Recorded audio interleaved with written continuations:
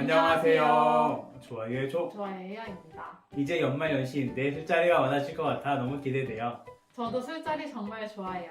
오늘은 재밌는 이야기 120번째 120번째 시간 술과 건강에 대해 알아보겠습니다. 숙취해소, 마음 건강에 도움이 되는 두뇌 트레이닝, 가슴 펴기를 함께 해보는 시간을 가져보려고 합니다.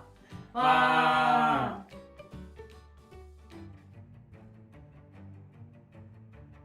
건강을 위해 술을 마신다고? 과거의 알코올 사용 장애, 위험한 알코올 음주, 매일 담배를 피운 적이 있고 건강이 보통이거나 좋지 않으면 알코올 금주자들 사이에서 조기 사망할 수 있다는 연구가 많았습니다. 최근 독일에서 음주량과 건강 관계에 대한 연구가 진행되었습니다. 연구원들은 18세에서 64세, 1996년과 1997년 사이 인터뷰에 참여한 4,028명의 독일 성인들을 알코올 음주에 대해 분석했습니다. 인터뷰 전 12개월 동안의 알코올 음주에 대한 기준 데이터는 물론 건강, 알코올 및 약물 사용에 대한 기타 정보도 확인하였습니다. 20년 후 4,028명의 연구 참가자 중에서 사망한 사람의 비율과 사망까지의 시간이 확인되었습니다.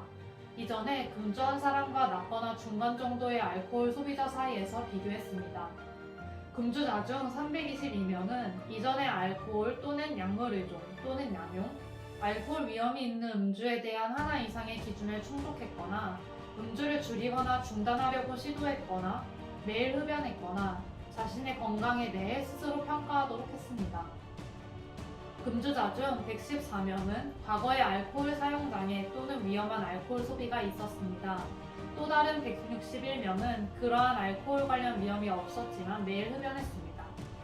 하나 이상의 위험 요인을 가진 322명의 금주 연구 참가자는 낮거나 중간 정도의 알코올 소비를 가진 참가자보다 사망에 이르는 시간이 더 짧았습니다.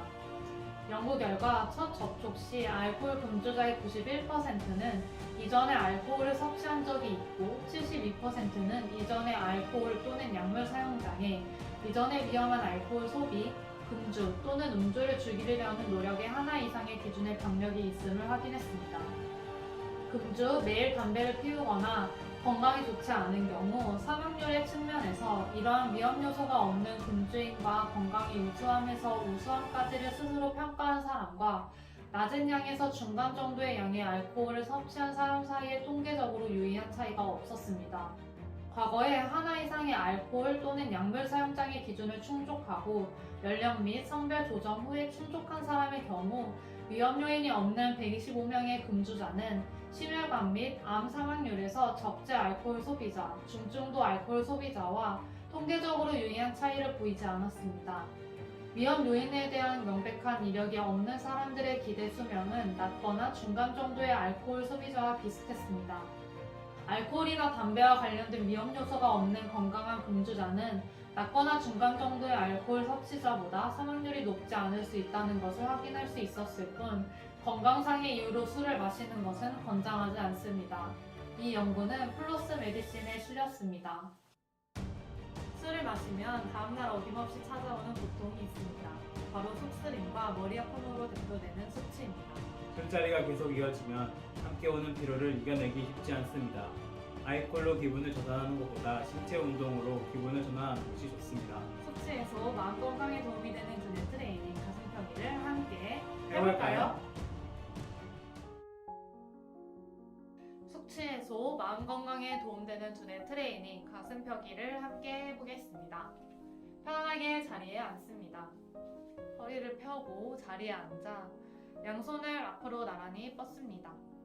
손등이 마주하도록 하여 양팔을 양옆으로 벌리면서 가슴을 폈다가 원위치로 돌아옵니다.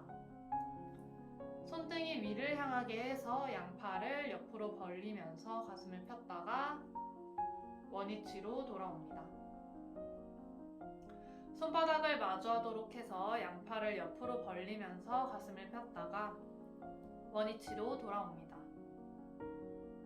손바닥이 위로 향하게 해서 양팔을 옆으로 벌리면서 가슴을 폈다가 원위치로 돌아옵니다. 동작 중 호흡을 자연스럽게 하고 양팔을 옆으로 벌릴 때는 팔이 수평 높이에서 움직이도록 주의해야 합니다.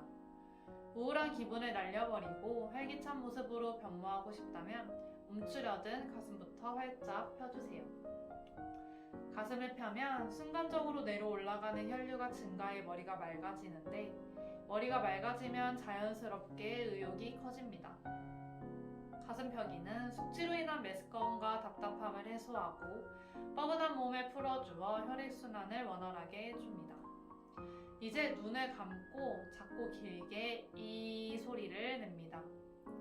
소리에 집중하여 최대한 길게 소리 내본 후 리듬을 실어 노래 부르듯 하되 특정 가락을 흉내내기보다 마음 가는 대로 만들어 보는 것이 좋습니다.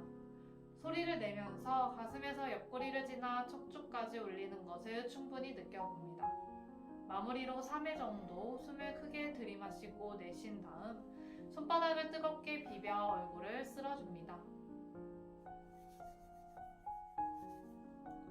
몸속부터 에너지를 끌어올려 소리를 내는 것은 놀라운 치유력을 가지고 있으며 특히 이 하는 소리는 해독작용을 하는 간을 건강하게 하기 때문에 피로회복 능력이 좋아집니다.